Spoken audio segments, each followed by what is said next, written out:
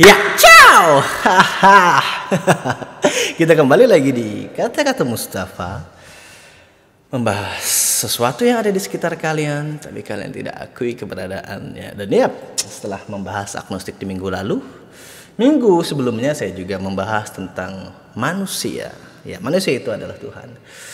Ada beberapa DM atau beberapa ajakan diskusi yang membahas tentang ini, bahwa perspektif bahwa manusia itu Tuhan harus dibahas lebih luas lagi gitu ya, karena mereka merasa apa yang saya jelaskan di sana tidak terlalu memuaskan dan terkesan sempit atau terlalu sedikit yang dibahas begitu ya, sehingga saya tidak ingin membuat manusia itu Tuhan part 2, karena ya nanti suatu saat bila ada ilmu pengetahuan yang lebih luas lagi, saya akan membahasnya dengan perspektif yang lebih mendalam.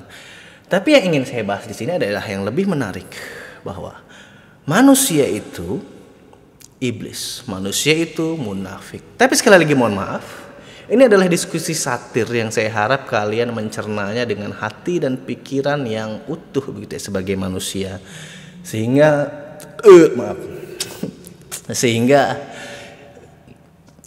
angin keluar.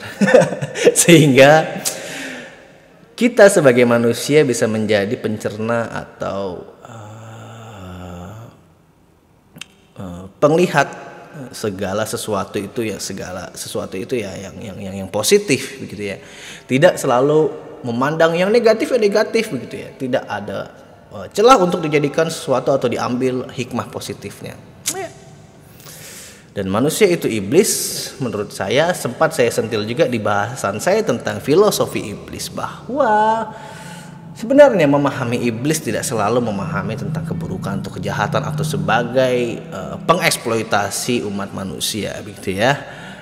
Ya, walaupun saya membahas tentang agnostik yang dirasa jauh dari Tuhan, tapi nyatanya memang nggak jauh-jauh dari Tuhan begitu ya.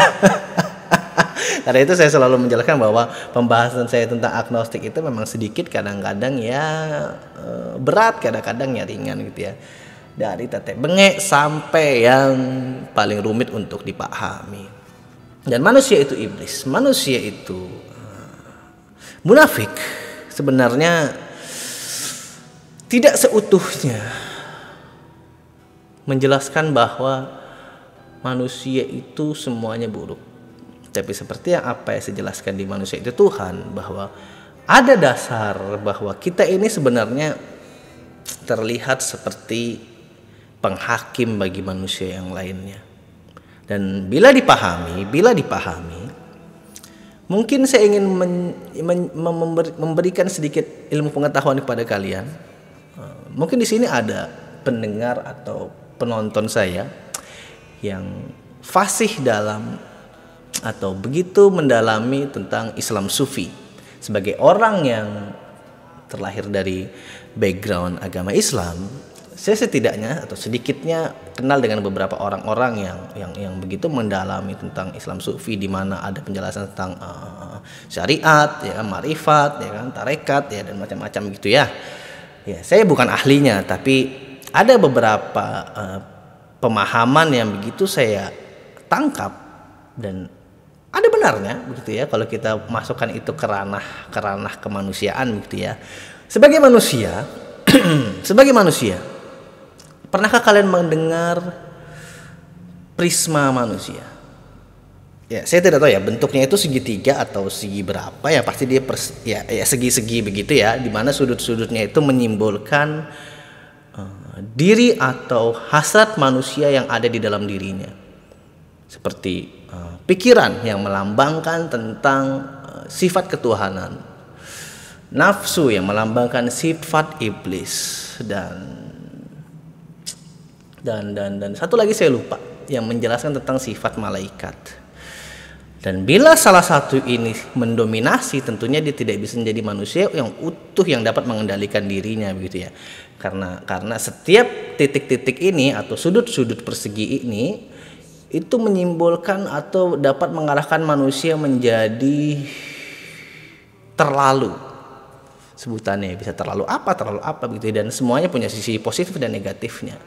Seperti manusia yang memiliki sifat ketuhanan, bila positif bisa jadi dia bisa menciptakan surga bagi manusia yang lainnya. Ini hanya sifatnya ketuhanan saja. Tapi bila dia mengambil sisi negatifnya, dia bisa menjadi penghakim, dia bisa menghakimi manusia dengan manusia yang lainnya seolah-olah dia yang tahu segalanya. Dan tentu saja pastinya manusia lebih dominan dengan nafsunya. Atau tidak? Atau iya? Atau mungkin kamu yang menonton ini lebih dominan mengedepankan amarahmu karena kamu tidak bisa menerima perbedaan. Dan ya, menuhankan pemikiran secara tidak langsung bisa menciptakan kita tidak jauh berbeda dengan perwujudan iblis, begitu ya. Bisa jadi iblis memiliki sifat ketuhanan, namun yang dominan adalah penghakimannya, yang mendominan adalah pemikirannya, sehingga dia menjadi iblis yang sifat ketuhanannya melebihi Tuhan itu sendiri, dan dia menghakimi manusia sebelum Tuhan itu menentukan apa yang harus dijadikan pada manusia itu. Ya, mungkin sebagian dari kalian melihat saya sebagai pembicara agnostik. Wow, pembicara agnostik ini tidak percaya Tuhan, begitu ya. Tapi ya, saya minta kalian lebih menjernihkan lagi akal pikiran kalian, sehingga kalian bisa memastikan bahwa saya ini adalah tipe orang agnostik yang percaya Tuhan atau tidak. Ya. Dan sebagai pembicara agnostik yang vokal, prinsip ketidaktahuan yang saya gunakan adalah saya gunakan untuk mempertanyakan akal pikiran kalian. Apakah kalian sudah benar-benar tahu, atau kalian memaksakan diri kalian menjadi orang yang penahu? Kalau bahasa Banjarnya ya penahu ya. Jadi kalau kalian punya teman bahasa Banjar, tanya tuh apa artinya penahu, gitu ya. Jadi kalian merasa tahu segalanya. Dan secara tidak langsung saya juga menulis itu di dalam sebuah lagu, Pesan Agnostik. Kalau kalian mengatakan kalian harus mengikuti Tuhan yang mana yang kalian ikuti? Apa jangan-jangan kalian secara tidak langsung menuhankan pikiran kalian sendiri, sehingga kalian itu mengikuti jejaknya iblis secara tidak langsung? Ya, ada beberapa tinjauan, ada beberapa kitab, ada beberapa buku yang mungkin menjelaskan bahwa agama kalianlah yang paling benar. Tapi kebenaran di sini ini kan, selama kita tidak memahami, bisakah kita lebih fokus terhadap kebenaran yang memperbaiki ketimbang kebenaran yang menghakimi? Bisakah kita memilih kebenaran yang memperbaiki ketimbang kebenaran yang menghakimi? Dan saat kita menuhankan pikiran kita terhadap pembenaran ya, ingat bukan kebenaran ya, akhirnya yang kita pilih adalah kebenaran menghakimi. Dan kita kadang-kadang tidak bisa karena kita mengikuti ego kita, mengikuti dominan dari nafsu kita menganggap bahwa kebenaran menghakimi itu seolah-olah kebenaran yang memperbaiki, gitu ya. Akhirnya itu tidak menjadi kebenaran, hanyalah menjadi sebuah pembenaran, di mana kamu mengatakan kamu salah, sesuai dengan pikiranmu sendiri.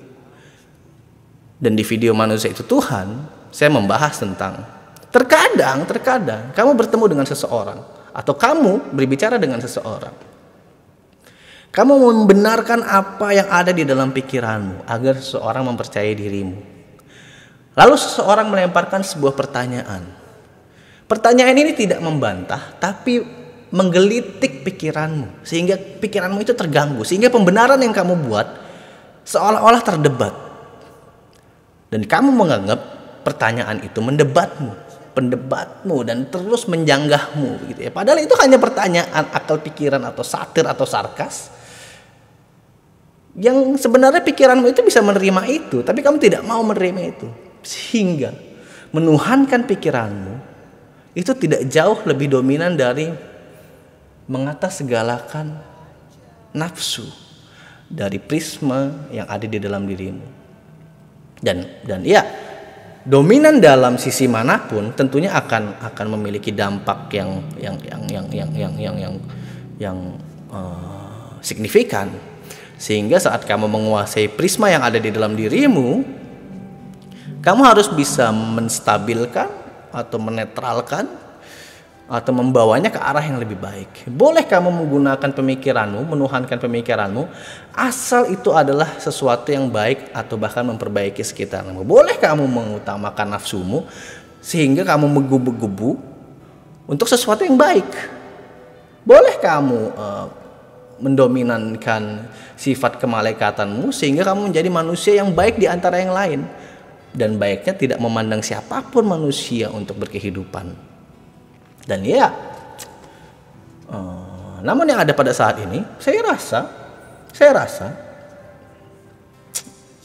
pada perjalanan hidup sejauh ini tidak bisa dikatakan bahwa lebih banyak manusia yang baik, karena saya selalu menjelaskan kebaikan itu relatif.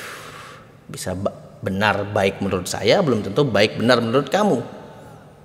Bisa baik benar menurut mereka, tapi bisa belum tentu benar baik menurut kami. Dan tidak salah berada di tengah-tengah, begitu bukan?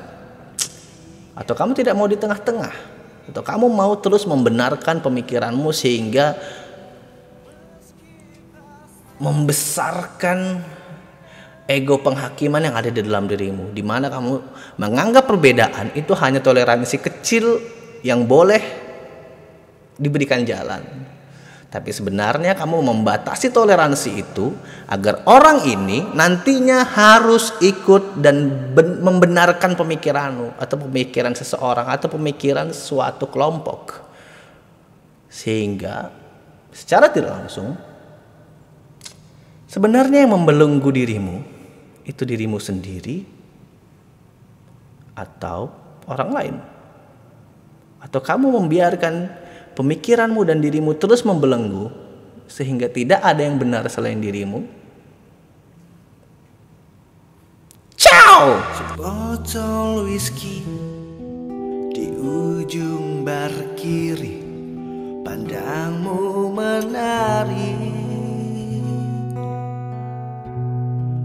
campur vodka lagi, adrenalin mendaki, hatiku kau curi. Bukan intisari yang mudah dibeli, resikoku mati. Cintaku tak peduli meski terbagi, kau dan ku malam ini.